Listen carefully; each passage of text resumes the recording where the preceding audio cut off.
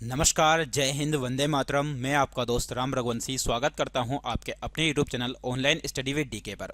साथियों, जैसा कि आप लोगों को पता है, ऑनलाइन स्टडी विद डीके आप लोगों के लिए शिक्षक से संबंधित जो भी जानकारी होती है वो बिल्कुल अपडेट कराता है। तो प्यारे साथियों, आज आप लोगों के लिए जो एक बेहतरीन और शानदार जानकारी हम देने वाले हैं वो है CTET जुलाई 2025 को लेकर। बहुत ही जल्दी इसका नोटिफिकेशन जारी होने वाला है, तो उसी की हम चर्चा करने वाले हैं कि इसकी एग्ज़ाम डेट कब होने वाली है, इसका फॉर्म कब फिल होने वाला है। तो इन तमाम जानकारी की आज हम चर्चा करने वाले हैं। इसके अंतर्गत हम किन किन चीज़ों के ऊपर चर्चा करने वाले हैं, तो देखिए आप लोगों के सामने है कि CTET जुलाई 2025 जो होने वाला है, इसमें क्या है, हर साल आप लोगों को पता है कि हर बार जो है साल के अंतर्गत 2 बार इसकी एग्ज़ाम होती है। साल में कितनी बार एग्ज़ाम होती है इसकी, तो साल में 2 बार एग्ज़ाम होती है। एक बार जो एग्ज़ाम होती है वो लगभग यदि देखा जाए तो दिसंबर के आसपास होती है और एक जो होती है वो जुलाई के आसपास। तो इसकी अभी वर्तमान में प्रेस विज्ञप्ति जारी हो चुकी है, तो इसका बहुत ही जल्दी नोटिफिकेशन आने वाला है। हर बार नए विद्यार्थी इसमें ऐड होते हैं, इसलिए आप लोगों को ये तमाम जानकारी मैं उपलब्ध करा रहा हूं। तो इसमें सबसे पहली चीज़ होती है कि कौन कौन आवेदन कर सकता है। तो इसमें आवेदन करने के लिए सबसे पहली जो एलिजिबिलिटी है वो है बीएड, और दूसरी है भैया आप लोगों के सामने डीएलएड। यानी कि जिस विद्यार्थी के पास बीएड और डीएलएड है वो इसमें क्या कर सकते हैं, आवेदन कर सकते हैं। सर, जिसके पास बीएड है वो कौन सा पेपर दे सकते हैं, तो जिनके पास बीएड है वो पेपर सेकंड दे सकते हैं, और जो डीएलएड है वो कौन सा पेपर दे सकते हैं, तो डीएलएड वाले जो हैं वो पेपर फर्स्ट दे सकते हैं। तो इसमें क्या इसका मतलब ये है कि इसमें पेपर 2 होते हैं, तो जी बिल्कुल। CTET में कितने पेपर होते हैं, तो CTET के अंदर पेपर 2 होते हैं। पहला जो पेपर होता है, इस पेपर की यदि हम चर्चा करें तो ये पहली क्लास से लेकर 5वीं क्लास तक का होता है, और जो दूसरा पेपर होता है ये 6ठी क्लास से लेकर इसका जो लेवल होता है वो 8वीं क्लास तक रहता है। ये आपको ध्यान रखना है, ठीक। इसका सिलेबस क्या रहता है, इसकी फॉर्म फीस क्या रहती है, उन सभी चीज़ों के बारे में आप लोगों को मैं बताने वाला हूं। बस शुरू से लेके आखिरी तक जो आप लोगों को जानकारी हम दे रहे हैं उस जानकारी को आसानी से देखिए। बिल्कुल आसान भाषा में आप लोगों को सभी जानकारी प्रोवाइड की जा रही है, ठीक। तो यहाँ पर यदि देखा जाए सबसे पहले चीज़ तो आपके सामने है कि इसका नोटिफिकेशन जो है वो बहुत ही जल्द जारी होने वाला है। लगभग मार्च के मध्य में इसका क्या हो जाएगा, फॉर्म फिल हो जाएगा।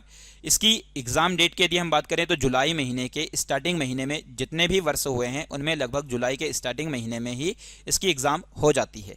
सिलेबस की यदि हम चर्चा करें तो जो पुराना सिलेबस है वही सिलेबस रहने वाला है, इसमें कोई चेंजेस नहीं होने वाला है।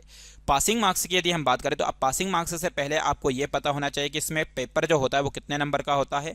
तो पेपर जो होगा वो 150 नंबर का होगा, ठीक। अब 150 नंबर का होगा तो उसमें जनरल के लिए, जो जनरल कैटेगरी है उसके लिए पासिंग के लिए कितने मार्क्स चाहिए, 90 मार्क्स, और अदर कैटेगरी के लिए कितने चाहिए, तो 82 नंबर चाहिए। ये एक क्राइटेरिया होता है इसको पास करने के लिए। नेगेटिव मार्किंग की यदि हम बात करें तो नेगेटिव मार्किंग इसमें नहीं होती है। दूसरी बात, पेपर ऑनलाइन होगा या ऑफलाइन, तो पेपर का जो मोड रहेगा वो कैसा रहेगा, ऑफलाइन रहेगा, ठीक। वहीं यदि हम बात करें कि इसकी एग्ज़ाम को कंडक्ट कौन कराता है, तो इसकी जो ऑर्गेनाइजेशन है एग्ज़ाम को कराने वाला वो है CBSE, ठीक। यहाँ पर यदि देखा जाए तो टोटल इसके अंदर लैंग्वेज कितनी होने वाली है, 20। क्या सर हमें 20 ही लैंग्वेज के बारे में नहीं देना है क्या एग्जाम, नहीं भाई, आप लोगों को 1 या 2 लैंग्वेज ही आप लोगों को सिलेक्ट करनी है। आपके सामने यहाँ पर दे रखा पेपर कितने नंबर का होगा, 150 नंबर का। इसमें बहुविकल्पी प्रश्न होंगे, और पेपर का मोड कैसा होगा, ऑफलाइन होगा। मार्क के एक प्रश्न के लिए कितने नंबर दिए जाएंगे, 1 ही नंबर दिया जाएगा, ठीक। और इसमें मार्किंग की यदि हम बात करेंगे तो नो नेगेटिव मार्किंग रहेगी फॉर रॉन्ग आंसर, यानी कि रॉन्ग आंसर के लिए कोई नेगेटिव मार्किंग नहीं रहने वाली है, ये आपको पता होना चाहिए, ठीक। वहीं मैं आप लोगों को मैं बता दूं कि जो इसमें पेपर फर्स्ट है, ठीक, पेपर फर्स्ट का जो एग्ज़ाम देने वाले विद्यार्थी हैं उनकी जो फीस रहने वाली है वो 1000 रुपये रहने वाली है। और जो सेकंड पेपर देने वाला है, या हम यूँ कहें कि पहला पेपर और दूसरा पेपर जो भी देता है उसकी यदि हम बात करें तो फीस जो रहने वाली है 1000 ही रहने वाली है, ठीक। लेकिन यदि कोई बंदा दोनों ही पेपर देना चाहे तो दोनों पेपर के लिए उसकी फीस जो रहेगी वो कितनी रहेगी, 1200 रुपये रहेगी। तो जिसके पास बीएड है वो दोनों पेपर दे सकता है। तो आप लोगों के पास यदि बीएड है तो बीएड में भी एक और कंडीशन ये है कि यदि आपका बीएड चल रहा है तो क्या हम फॉर्म डाल सकते हैं क्या, या कर चुके डाल सकते हैं क्या। तो मेरे साथियों, जो बीएड कर चुके हैं वो तो डाल ही सकते हैं, लेकिन जिनका चल रहा है वो भी इसमें फॉर्म डाल सकते हैं। ये जो इसका नया एक क्राइटेरिया जारी किया गया उसमें ये जानकारी मेंशन की गई है कि जिनका यदि डीएड यानी कि डीएलएड या बीएड चल रहा है वो भी इसमें फॉर्म फिल कर सकते हैं। तो जिसके पास बीएड है वो दोनों पेपर दे सकते हैं फर्स्ट और सेकंड। उसके लिए फीस का क्राइटेरिया कितने रहने वाला है, 1200 रुपये रहने वाला है। ठीक, अब यहाँ पर हम इसके सिलेबस की चर्चा कर लेते हैं कि सिलेबस क्या क्या होने वाला है। तो यहाँ पर सिलेबस जो होने वाला है वो आपके सामने मैं बता दूं कि CT8 का जो पेपर है, इसमें फर्स्ट का जो पेपर फर्स्ट जो होता है, अभी आपको मैंने बताया पेपर फर्स्ट कहाँ से कहाँ तक का है। तो पेपर फर्स्ट का सिलेबस जो है वो पहली क्लास से लेकर 5वीं क्लास तक का होने वाला है। इसमें क्या क्या चीज़ होने वाली है, तो इसमें सबसे पहली चीज़ आपके सामने बाल विकास जो कि 30 नंबर का होगा। लैंग्वेज फर्स्ट जो होगी वो 30 नंबर की होगी। लैंग्वेज सेकंड, अब यहाँ पर मैंने आपको जो अभी बताया था टोटल लैंग्वेज की संख्या कितनी है, तो टोटल आपके सामने जो लैंग्वेज दे रखेंगे वो कितनी, 20। अब 20 में से एक पहली कोई सी भी आप चुन लीजिए। जिसने पहली चुनी है वो दोबारा से वही लैंग्वेज नहीं चुन सकता, आपको उसको छोड़कर दूसरी लैंग्वेज चुननी होगी। यानी कि किसी ने पहले नंबर पर हिंदी चुन लिया तो क्या हम सर दूसरे नंबर पर वापस हिंदी चुन सकते हैं, क्या नहीं। आपको दूसरे नंबर पर जो भी इसके अलावा है तो आप या तो इंग्लिश देख सकते हैं, संस्कृत, उर्दू, जो आपको उचित लगता है उसको आप देख सकते हैं या उसको ले सकते हैं। चौथा यदि देखा जाए तो मैथमेटिक्स रहेगी 30 नंबर की, और वही इन्वायरमेंटल स्टडीज यानी कि पर्यावरण अध्ययन रहेगा 30 नंबर। इस प्रकार से टोटल आपके जो नंबर होने वाले हैं वो कितने नंबर का पेपर होने वाला है, 150 नंबर का। 150 नंबर के पेपर में से मैंने आप लोगों को बता दिया पासिंग ऑफ मार्क्स क्या है।